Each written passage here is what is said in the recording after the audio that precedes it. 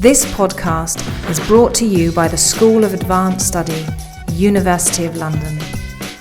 Now, moving on, we have Claire Hayward. She is just about to finish her PhD, which is on queer public history at the University of Kingston.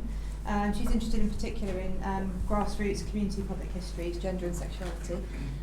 She's going to speak to us then, and then we'll take a Q&A that covers both papers. So, thanks, Alex. Thank you for all the fantastic papers so far today.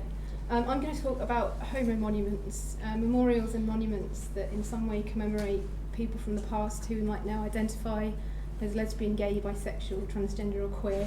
I'll say LGBTQ from now, and the communities around them. But before we do that, I want you to imagine that you're in Manchester's Sackville Park. It's sunny, so it's a good day.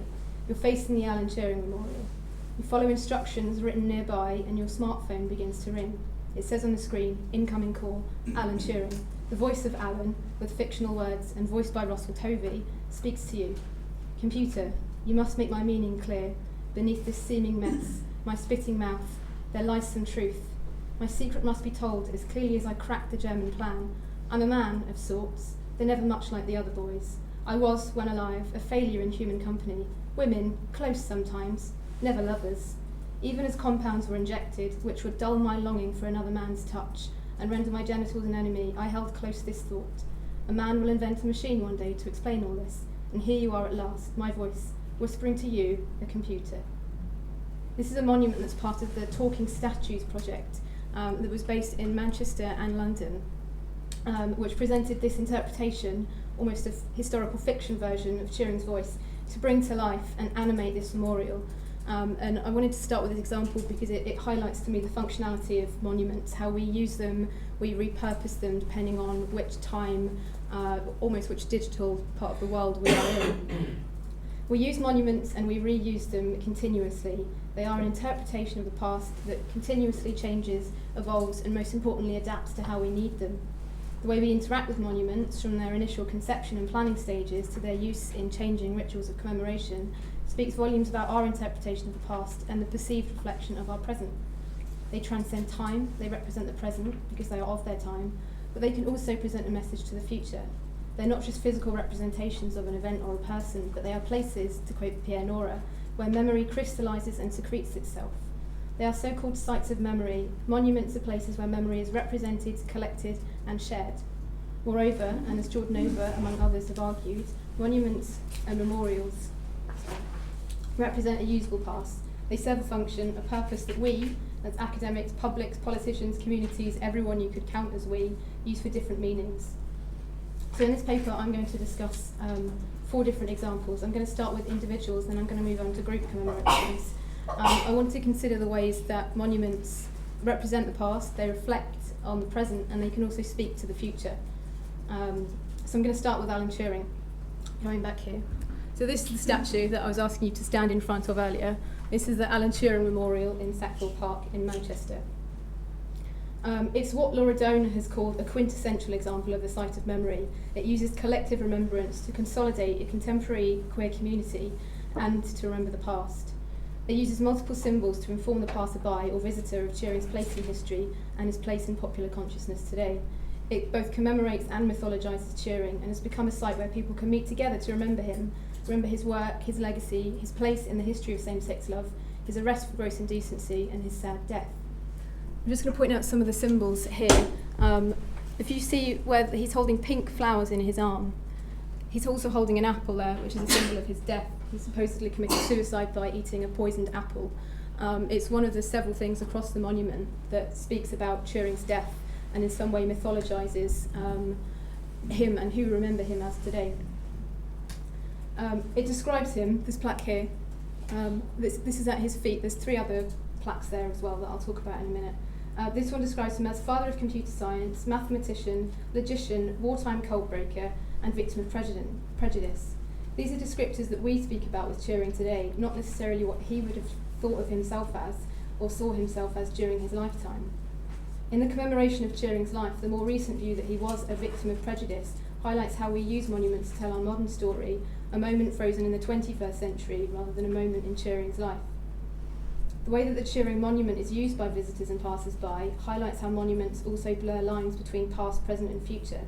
On the anniversary of Turing's birth, his death and during Pride celebrations, flowers, like you can see here, are placed during his arms and around him. He's quite often draped in a rainbow flag for Pride celebrations as well, which again draws the past and the present together.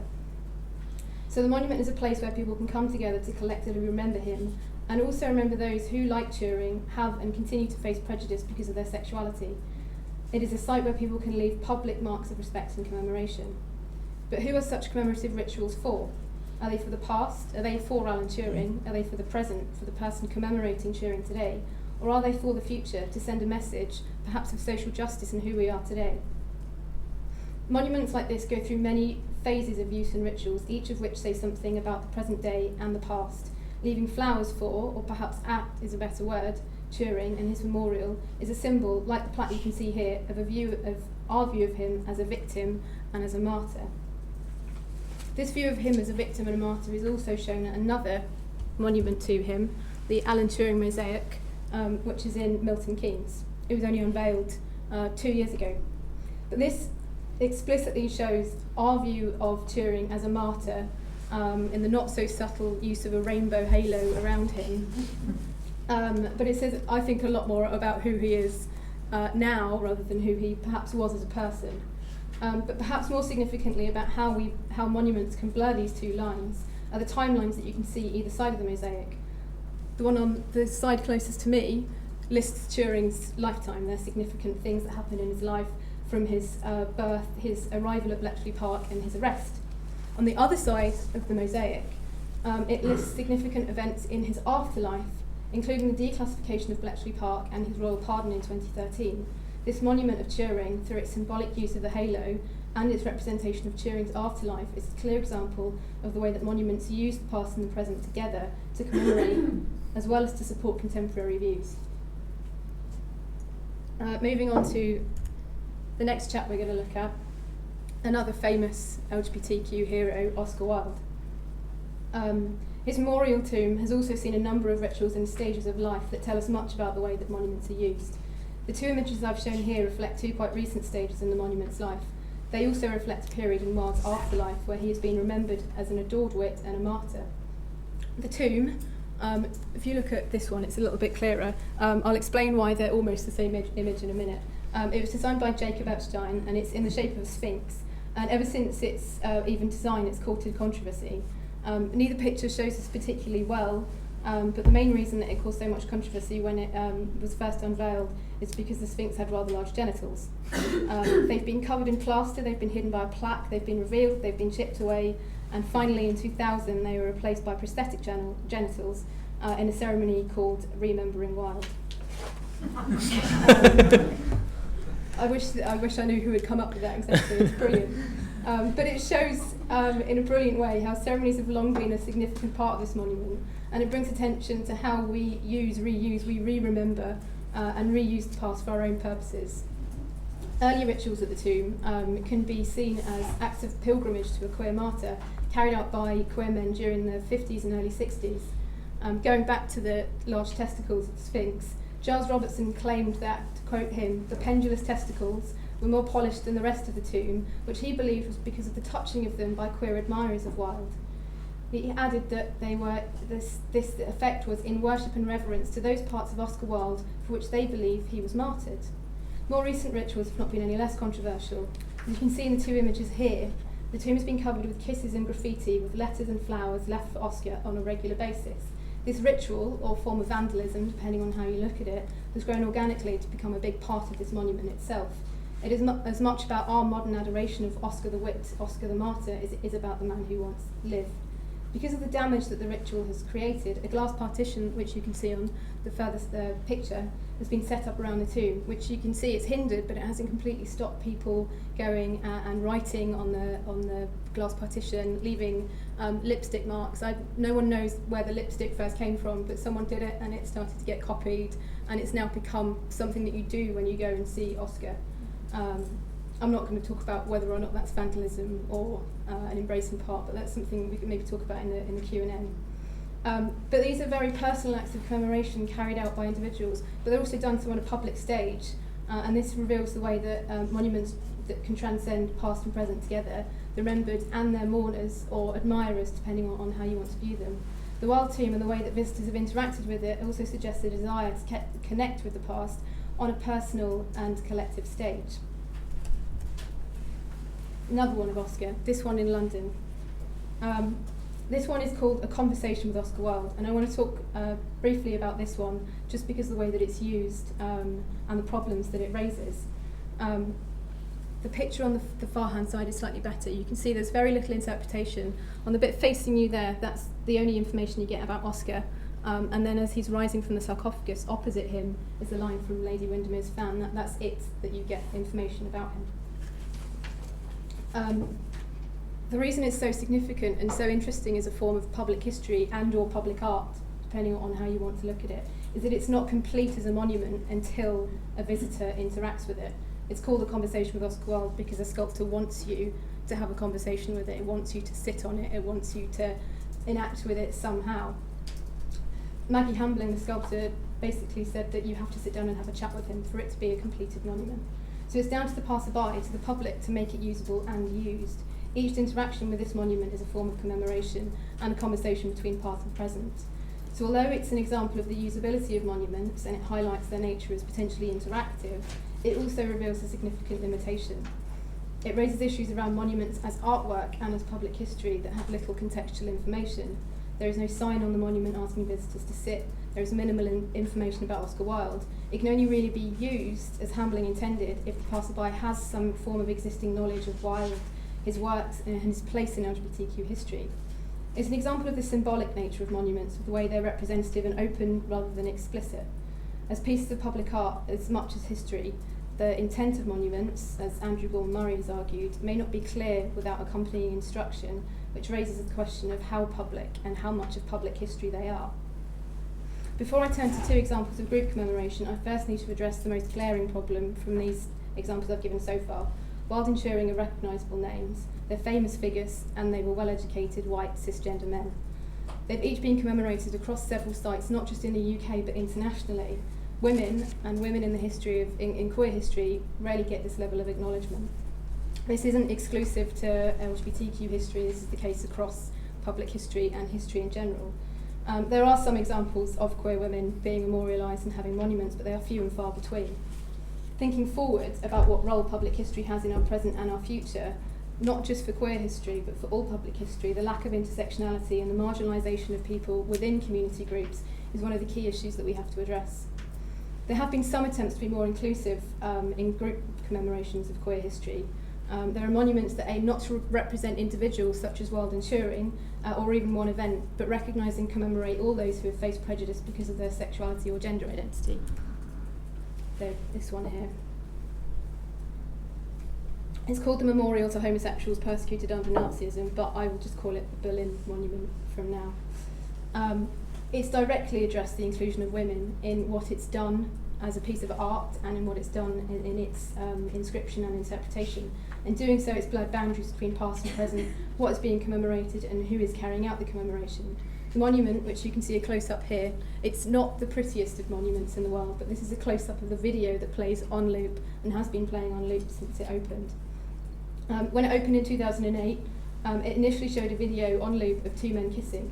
In 2012, this part you can see here, the video was changed as part of a plan to keep updating it and changing the video every couple of years. This video is titled The Never-Ending Kiss, and it includes a number of same-sex couples, including women and mixed-race couples.